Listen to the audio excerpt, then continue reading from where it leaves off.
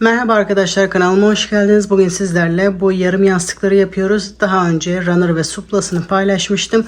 Ona takım olan yastığı yapıyoruz. Yapılışı çok kolay. Ben ikisini bir günde bitirdim. Yastığımın ölçüsü 45'i 45 santim. İstediğiniz ölçülerde yapabilirsiniz. İstediğiniz ipi kullanabilirsiniz. Ekru renk olan yastık kılıfını 2 mm koton polister karışımı iple yaptım. Turuncu olanı %100 koton iple yaptım. Bu ölçülerde yastığa yaklaşık 250 metre kadar ip gitti. Bu modeli isterseniz püskül takmadan yastığın boyunca uzatarak o şekilde uzun yastıkta yapabilirsiniz.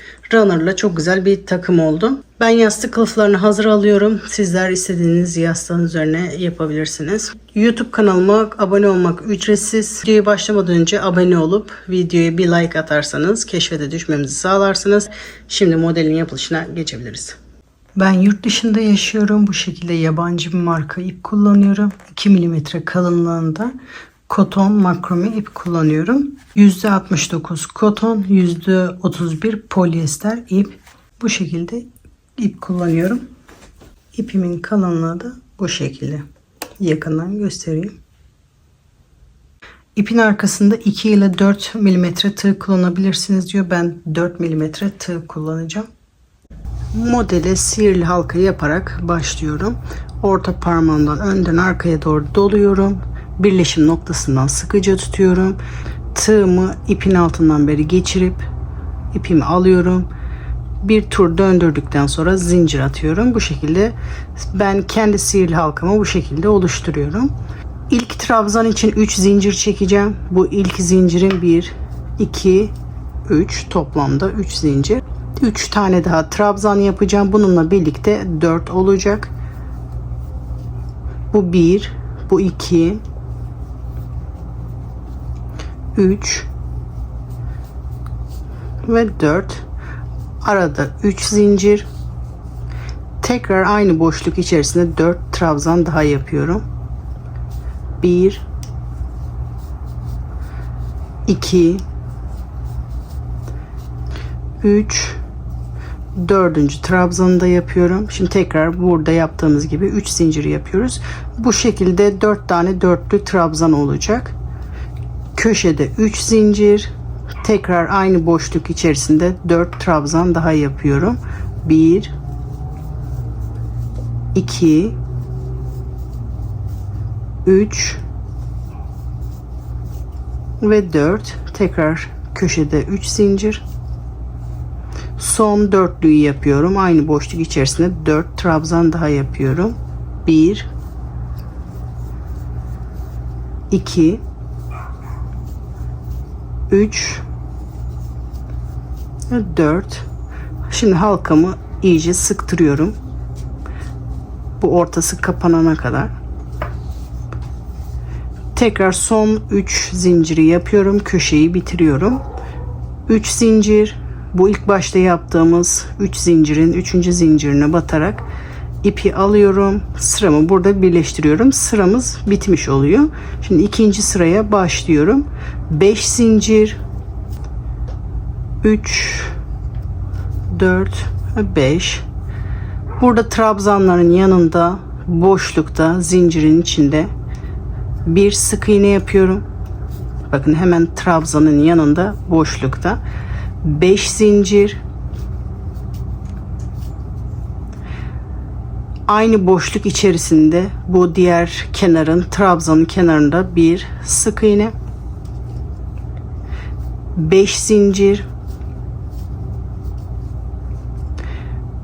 trabzanların yanında boşlukta bir sık iğne, 5 zincir, trabzanların yanında boşlukta bir sık iğne, 5 zincir, trabzanların yanında bir sık iğne, 5 zincir,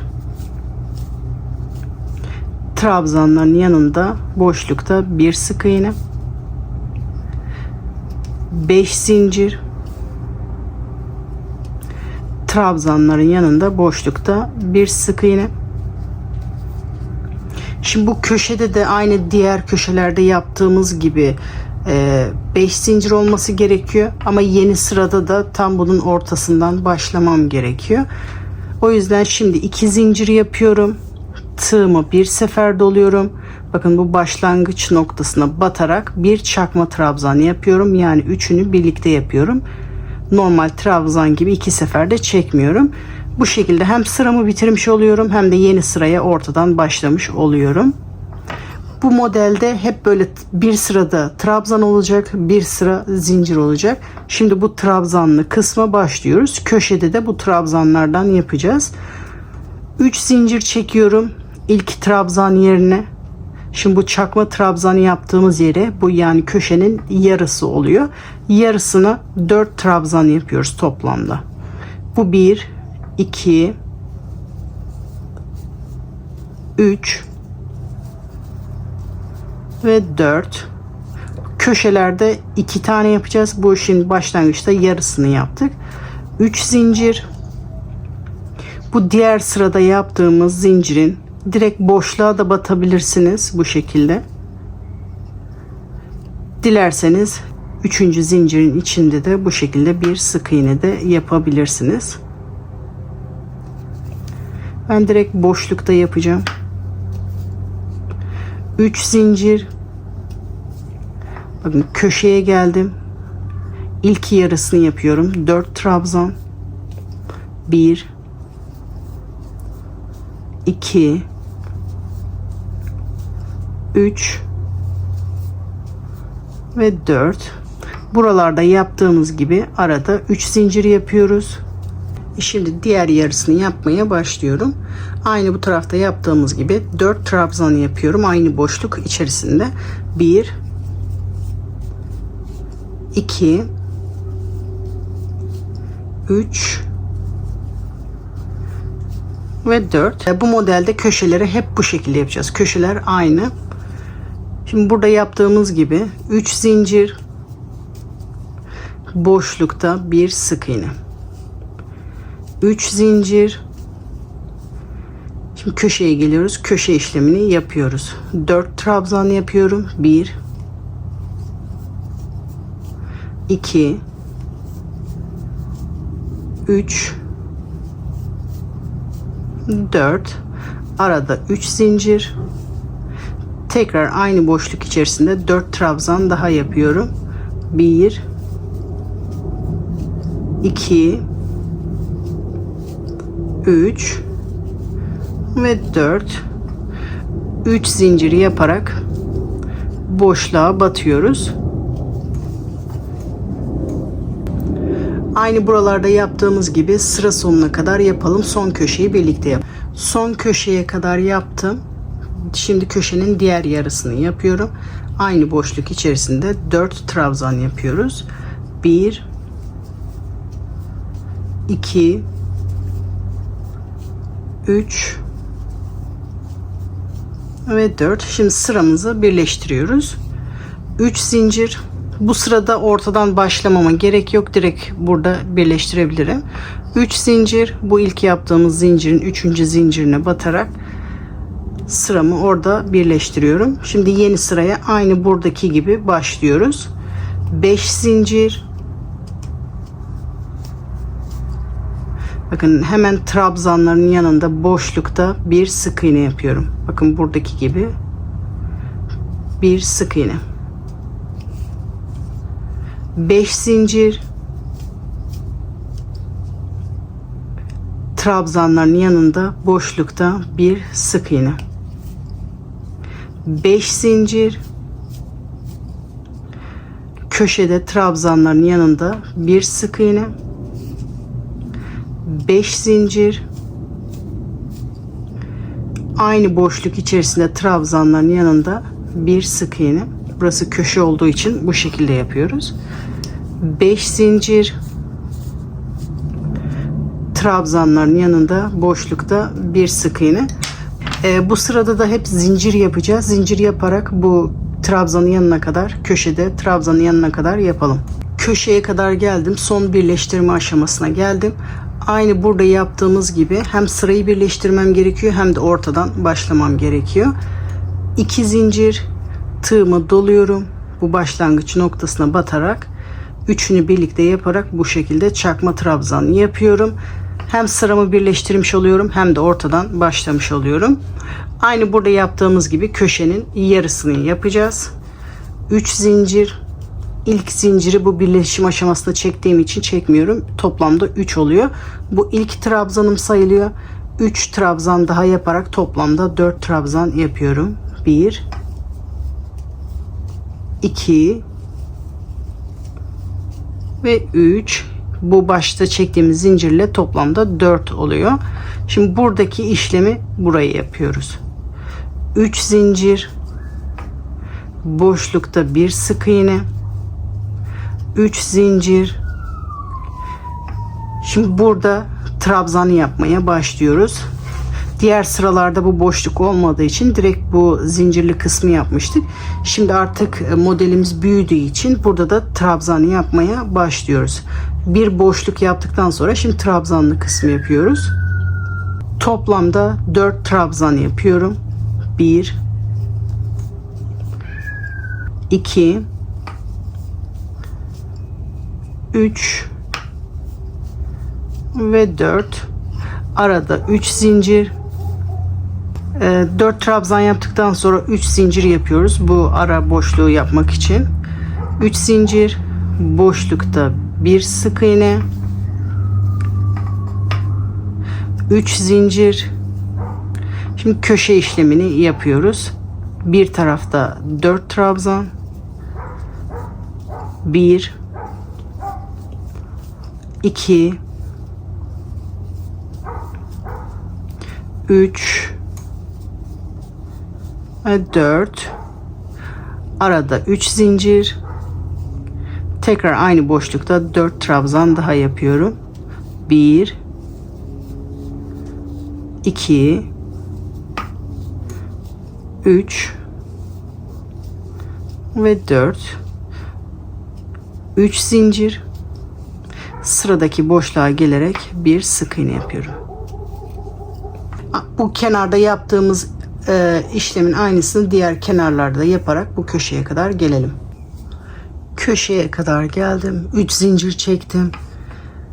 Bu başlangıçta yaptığım boşluğa gelerek köşenin diğer tarafını tamamlıyorum. 4 trabzan yapıyorum. 1 2 3 ve 4. Arada 3 zincir yapıyorum ve sıramı birleştiriyorum. Bu ilk çektiğim 3 zincirin 3. zincirinden sıramı birleştiriyorum bu şekilde iz sürümü yaparak. Bu sırayı da bu şekilde tamamlıyoruz ve yeni sıraya başlıyorum. Şimdi burada zincirli kısmı yapıyoruz. Trabzanlı sıra bitti. 5 zincir, 1 2 3 4 5. Trabzanların yanında boşlukta bir sık iğne. 5 zincir. Trabzanların yanında boşlukta bir sık iğne. Bu şekilde boşluğumuzu oluşturuyoruz. 5 zincir. Boşlukta trabzanların yanında bir sık iğne. 5 zincir. Trabzanların yanında boşlukta bir sık iğne. 5 zincir. Şimdi köşeyi yapıyoruz. Köşede trabzanların yanında boşlukta bir sık iğne. 5 zincir. Bu aynı boşlukta bu köşede trabzanların yanında bir sık iğne. Bu sırada da hep 5 zincir ve sık iğne yapıyoruz. Diğer kenarları da bu yaptığımız kenar gibi yaparak sıra sonuna kadar bu köşeye kadar yapalım. Aynı bu sırayı tekrar ediyoruz. Sıra sonuna kadar köşeye kadar geldim. Aynı burada yaptığımız gibi hem sırayı birleştirmem gerekiyor hem de ortadan başlamam gerekiyor. 2 zincir, tığıma doluyorum. Bakın bu başlangıç noktasında battığım yere batarak bir çakma trabzan yapıyorum. Yani üçünü birlikte. bir zincir çekerek sıramı bu şekilde birleştirmiş oluyorum. Şimdi yeni sıraya aynı bu trabzanlı sırayı yaparak başlıyoruz. Artık hep bu iki sırayı tekrar ediyoruz. Bir trabzanlı sıra, bir zincirli sıra. 3 zincir, bu birleştirirken çektiğim zincirle birlikte sayıyorum. 3 zincir ve boşlukta bu köşenin tek tarafını yapıyoruz. Bu birinci trabzan olarak sayıyorum. 1, 3 trabzan daha yaparak toplamda 4 trabzan yapıyorum.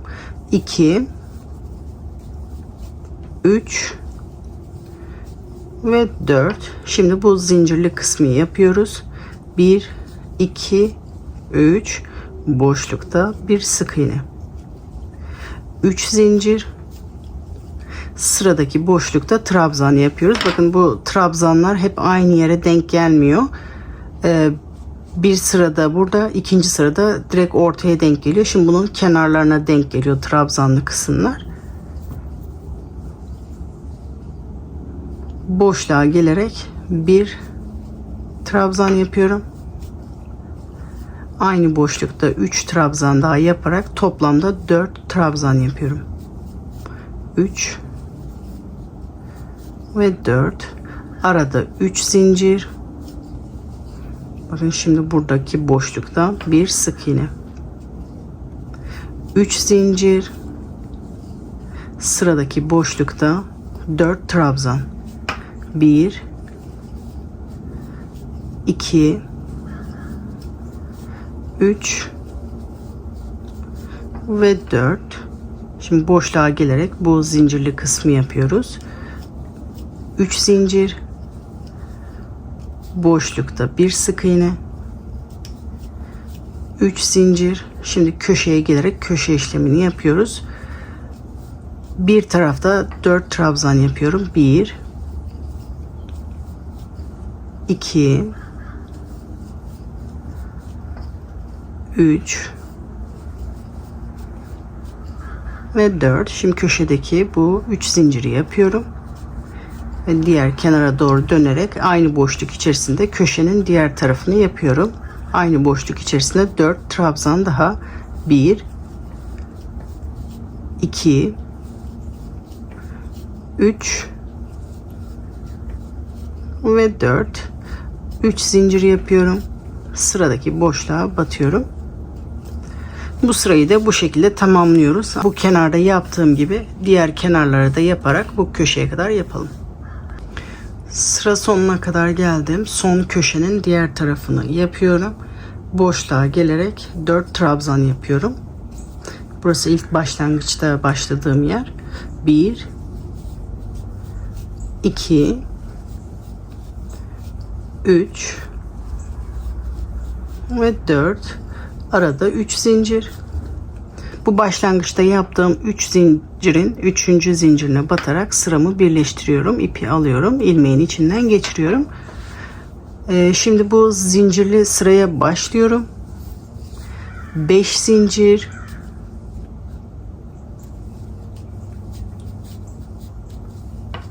Boşlukta trabzanın yanında bir sık iğne. 5 zincir. Trabzanın yanında boşlukta bir sık iğne. 5 zincir. Boşlukta trabzanın yanında bir sık iğne. 5 zincir. Trabzanın yanında boşlukta bir sık iğne. 5 zincir. Trabzanın yanında boşlukta bir sık iğne. Bakın köşeye kadar hep aynı işlemi tekrar ediyorum. 5 zincir. Boşlukta trabzanın yanında bir sık iğne. 5 zincir. Boşlukta trabzanın yanında bir sık iğne.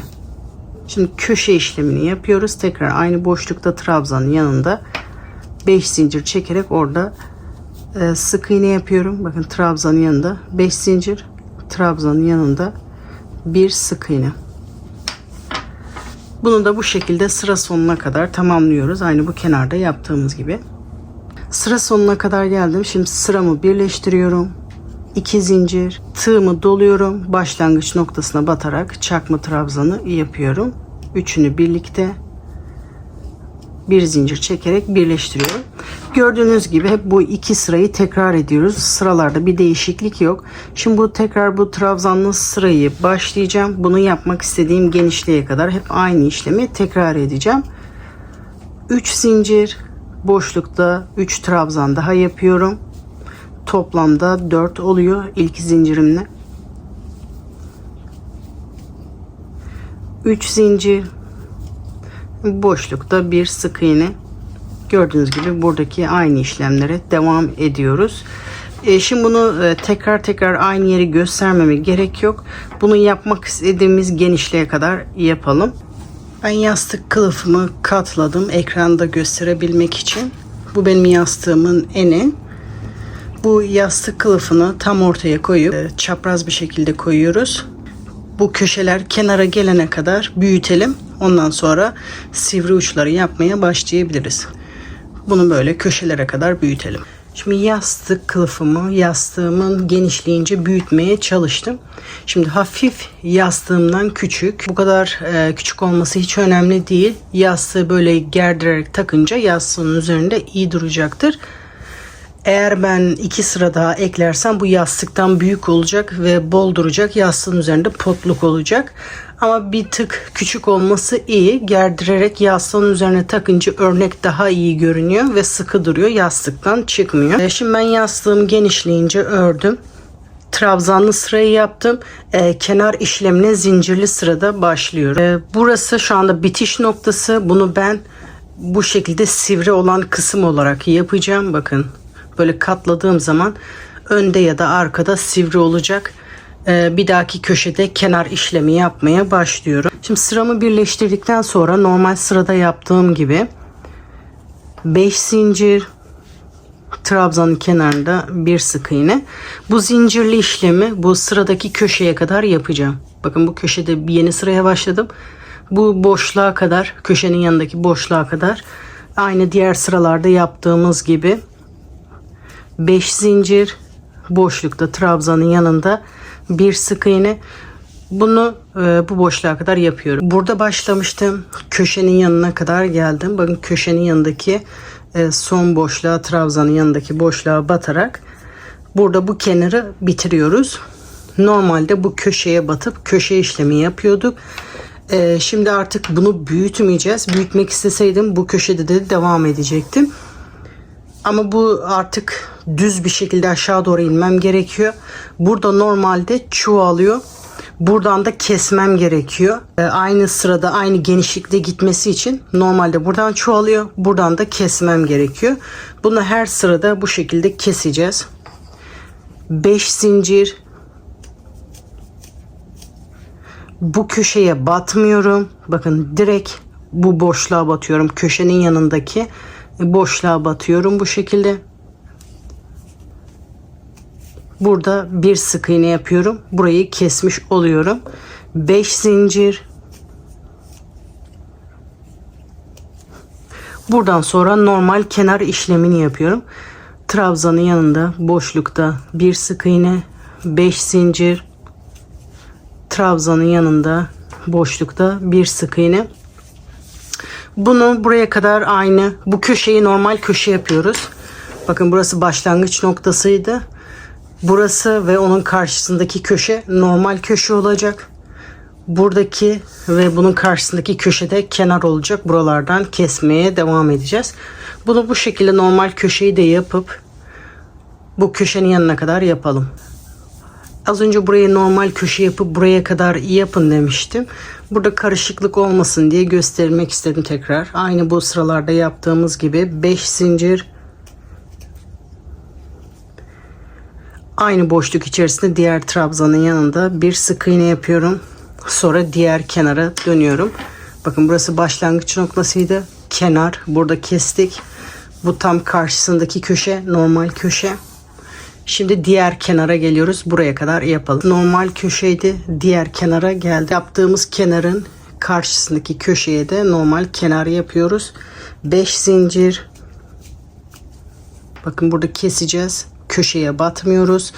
Köşenin yanındaki boşlukta trabzanın yanında burada bir sık iğne yapıyorum. Bu şekilde. Bundan sonra normal kenara devam ediyoruz. 5 zincir, trabzanın yanında boşlukta bir sık iğne. Bu şekilde bu kenarı da bu başlangıç noktasına kadar yapalım. Başlangıç noktasına kadar geldim. 2 zincir, aynı normal sıralarda birleştirdiğim gibi birleştiriyorum. Tığıma doluyorum. Battığım yere batarak bir çakma trabzan yapıyorum. Bu şekilde yeni sıraya başlıyorum. Bu başlangıç noktası hep aynı olacak. Aynı köşe olacak. 3 zincir, boşlukta 3 trabzan daha yapıyorum. İlk yaptığımla birlikte 4 trabzan oluyor. Şimdi bu kenarda yaptığımız normal trabzanlı sırayı bu köşeye kadar yapacağız. 3 zincir, boşlukta bir sık iğne, 3 zincir, sıradaki boşlukta 4 trabzan yapıyorum.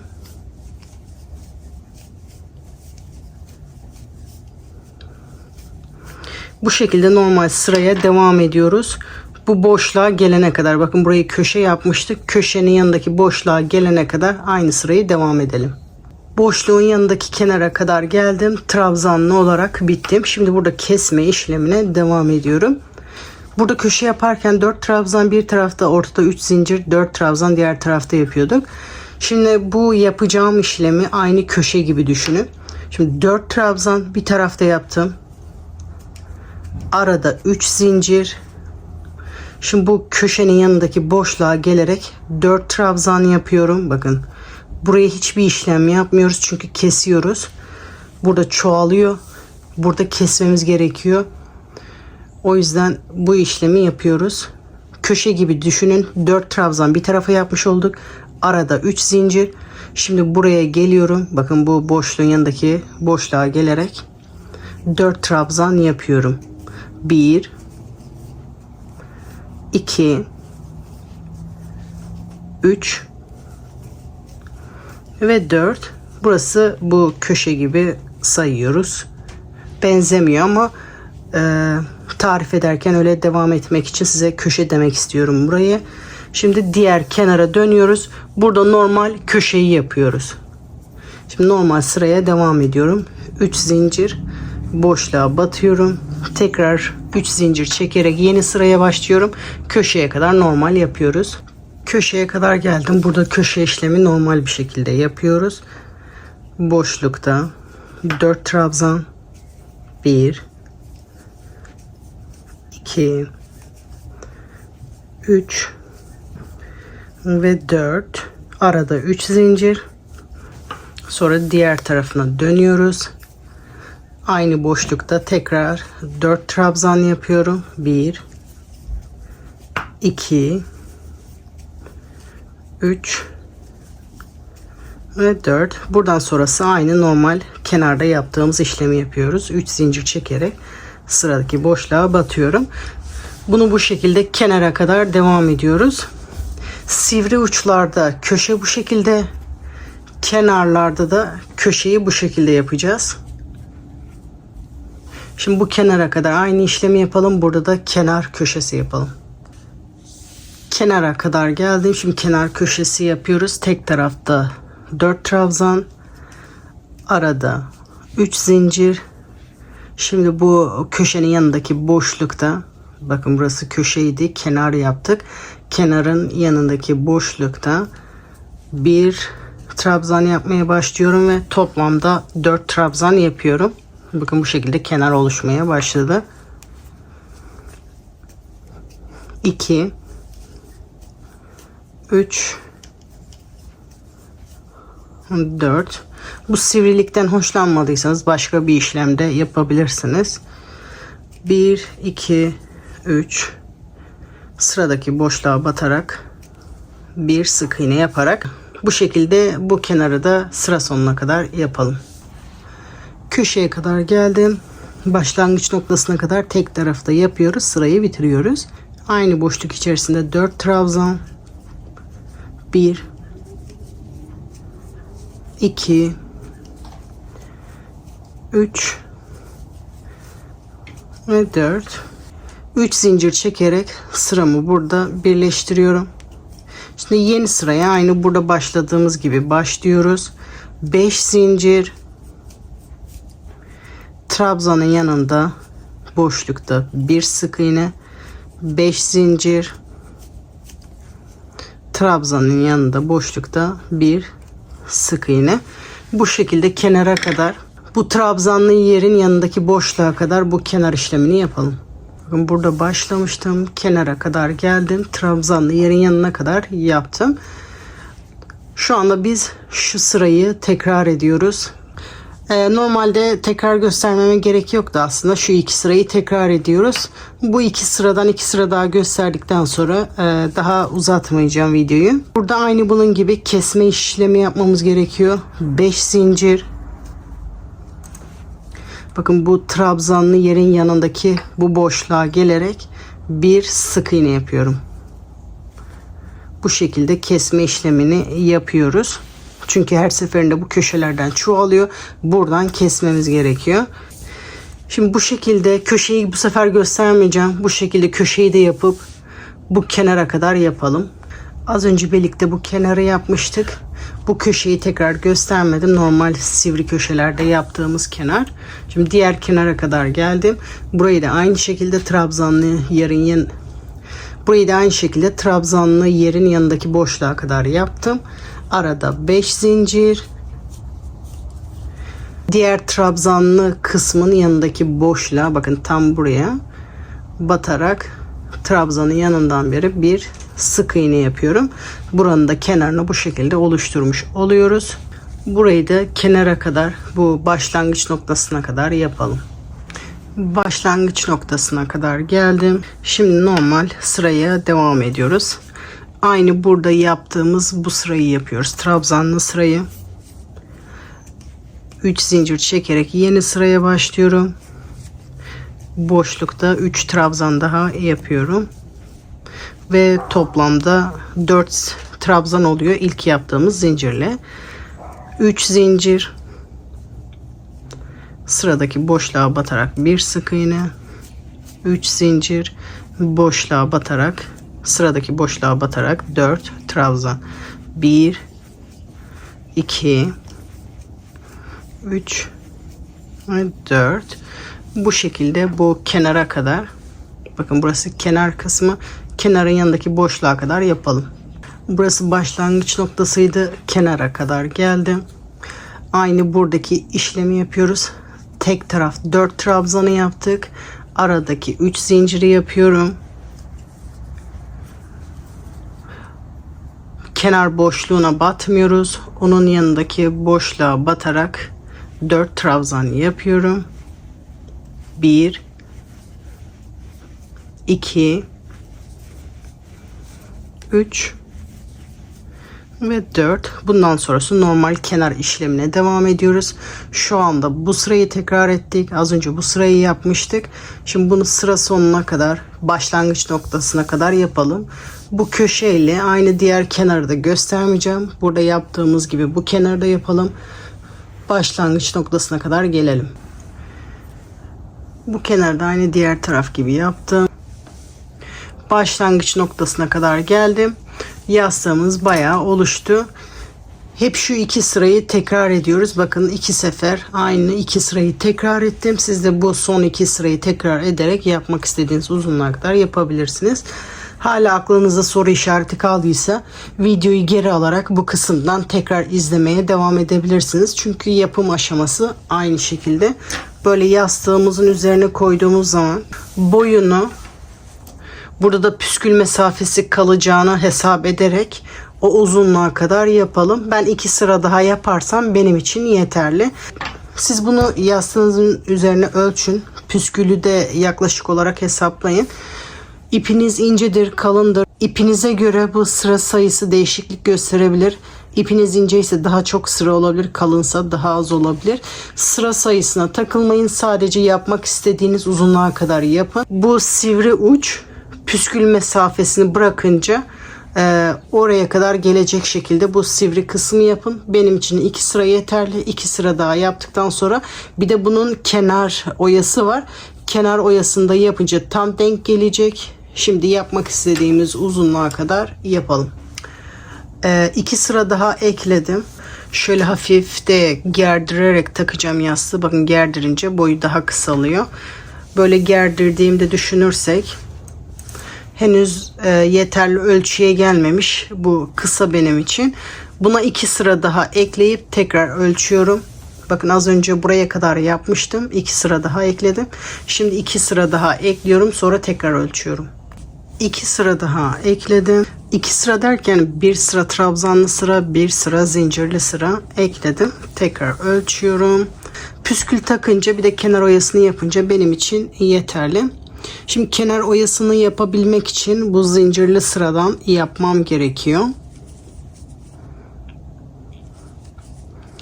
1, 2, 3 normal sıramı birleştiriyorum. Kenar oyası için son bir sıra bu zincirli sıradan yapıyorum. Hiçbir değişiklik yok. Aynı 5 zincir boşlukta trabzanın yanında bir sık iğne, 5 zincir boşlukta trabzanın yanında bir sık iğne. Bu şekilde aynı kenar bu şekilde sıra sonuna kadar bu zincirli sırayı tamamlayalım. Bu kenarlarda tabii ki aynı olacak. Kesme işlemini de yapacağız. Bu şekilde bu başladığımız yere kadar yapalım. Bu sırayı göstermeme gerek yok. Aynı bu zincirli sıralar gibi sıra sonuna kadar yapalım. Zincirli sırayı sıra sonuna kadar yaptım. Bu kenarlar da aynı şekilde. Köşeler aynı şekilde. Son oyasını yaparken köşe aynı buradaki gibi olacak. 3 zincir. Toplamda 4 trabzan olacak. Bu ilk çektiğimiz zincirle birlikte. 3 ve 4. Bu köşe 4 tane bir tarafta, 4 tane bir tarafta aynı olacak. Şimdi hiç zincir çekmeden sıradaki boşluğa batarak bir sık iğne. Sık iğne yaptıktan sonra tekrar hiç zincir çekmeden tığıma doluyorum. Sıradaki boşluğa gidip trabzan yapmaya başlıyorum. Toplam 8 trabzan yapıyorum boşlukta. 2 3 4 5 6 7 ve 8 trabzan yaptıktan sonra tekrar hiç zincir çekmeden aynı buradaki gibi boşlukta bir sık iğne yapıyorum. Tekrar hiç zincir çekmeden burada yaptığımız işlemi tekrar aynı bu boşlukta yapıyoruz. Toplamda 8 trabzan yapıyorum. 1 2 3 4 5 6 7 ve 8 hiç zincir çekmeden sıradaki boşlukta bir sık iğne. Gördüğünüz gibi bir boşlukta trabzan, bir boşlukta sadece sık iğne. Bu şekilde bir trabzan, bir sık iğne yaparak bu kenara kadar devam edelim. Kenara kadar yaptım. Burası bakın tam kenar kısmı. Şöyle göstereyim. Kenara da sık iğne denk gelmesi gerekiyor. Bakın trabzan yaptım. Sıradaki boşluğa, yani burası böyle tam kenar. Kenardaki kısma sık iğne denk gelmesi gerekiyor. Bu boşlukta sadece bir sık iğne yaptım. Şimdi diğer tarafı yapıyoruz. Tekrar hiç zincir çekmeden bu taraftaki boşluğa da trabzan yapmaya başlıyorum. Toplam 8 tane trabzan yapıyorum. 2 3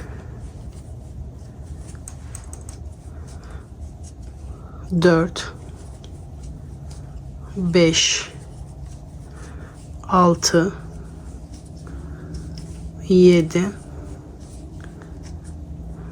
ve 8 trabzan yaptıktan sonra sıradaki boşluğa giderek bir sık iğne yapıyorum. Bu kenarı da aynı diğer kenarda yaptığımız gibi bu köşeye kadar yapalım. Köşede aynı bu şekilde yapacağız. Köşeye kadar devam edelim. Köşeye kadar geldim. Köşeyi aynı buradaki gibi yapıyoruz. Bir tarafta 4 trabzan.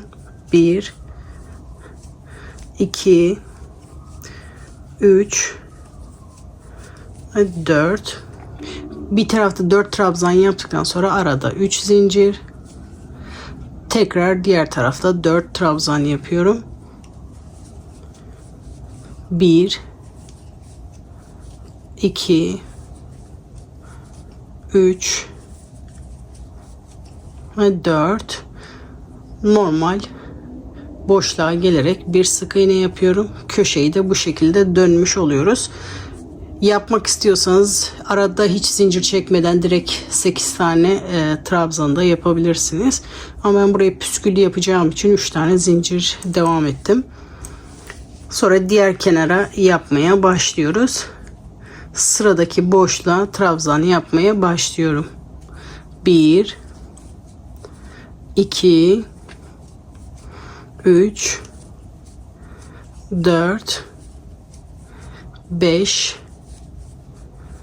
6 7 ve 8 tane trabzan yaptıktan sonra sıradaki boşluğa bir sık iğne yapıyorum. Burayı da bu şekilde aynı diğer kenarlarda yaptığımız gibi kenarı da diğer kenarda gösterdiğim gibi yapıyoruz. Tam kenara sık iğne denk gelmesi gerekiyor. Bu tarafı da göstermeme gerek yok. Bu kenarda döndükten sonra bu başlangıç noktasına kadar gelelim. Geriye 2 kenar kaldı. Bu şekilde gelip bu başlangıç noktasına kadar yapalım. Sıra sonuna kadar geldim. Buraya sık iğne yaptım. Şimdi bu köşenin diğer tarafını yapıyorum. Hiç zincir çekmeden bu başlangıç noktasındaki boşluğa batarak 4 trabzan yapıyorum. 1 2 3 ve 4. 3 zincir çekerek sıramı birleştiriyorum.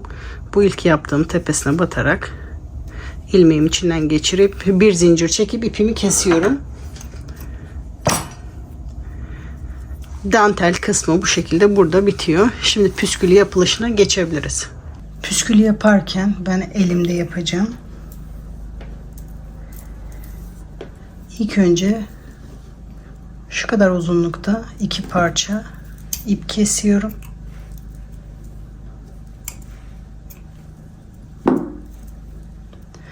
İpin bir ucunu bu şekilde elimde tutuyorum. 15 defa sarıyorum.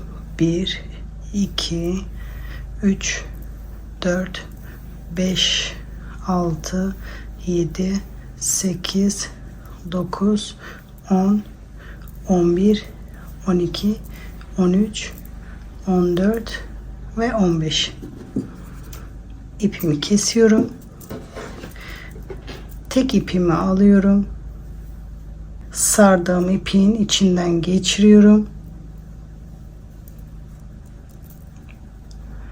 2 sefer düğüm atıyorum. Sıkı düğüm atıyorum. 2 sefer sıkı düğüm atıyorum. Sonra diğer ipi alıyorum. Bir ucunu püskülümün boyunca böyle tutuyorum. Yaklaşık 2 santim kala parmağımı böyle sıkıca bastırıyorum. İpin diğer kalan kısmını püskülün etrafından sarmaya başlıyorum. Üst üste gelmeyecek şekilde, böyle yan yana gelecek şekilde sarıyorum. Bu şekilde 4 defa, dilerseniz 5 defa sarıyorum. Sonra ipin diğer ucuyla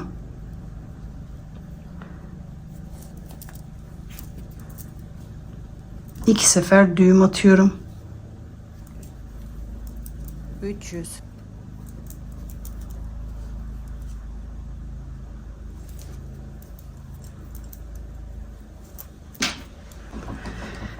İğne yardımıyla ya da tığ yardımıyla bu düğüm attığımız, bu sardığımız yerin arkasından beri ipimizi geçireceğiz. Sardığım düğümün arkasından beri tığımı geçiriyorum. İlk önce tek ipimi çekeyim. Bunu çektim. Sonra diğerini deniyorum.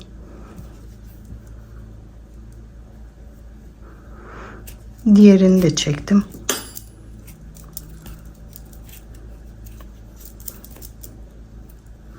Sonra ikisini birlikte çekiyorum. Düğümü o tarafa çekmeye çalışıyorum.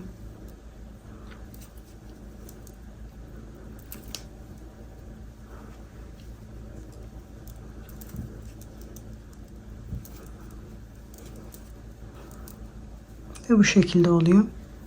Sonra püskülümüzün boyunu da ayarlıyoruz.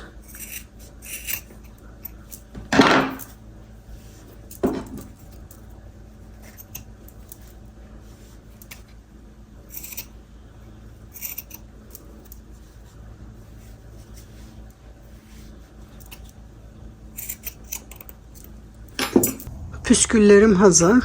Bu köşelere püskülümü takacağım. İsterseniz sadece ön tarafa, isterseniz iki tarafa da püskül takabilirsiniz. Bu şekilde 19 milimetre tahta boncuk kullandım. İpimi oradan geçiriyorum. Bu köşelerden tığımı geçiriyorum. İpimin tekini oradan çekiyorum. İpin diğer ucuyla 2 sefer düğüm atıyorum.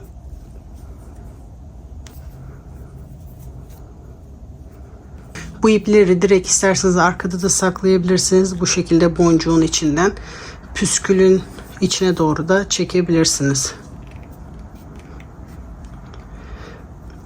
Sırasıyla ilk önce boncuktan,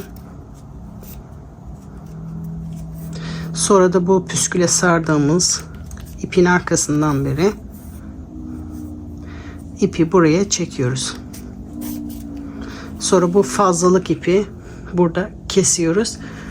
Dediğim gibi dilerseniz arkaya da takabilirsiniz. İki taraflı.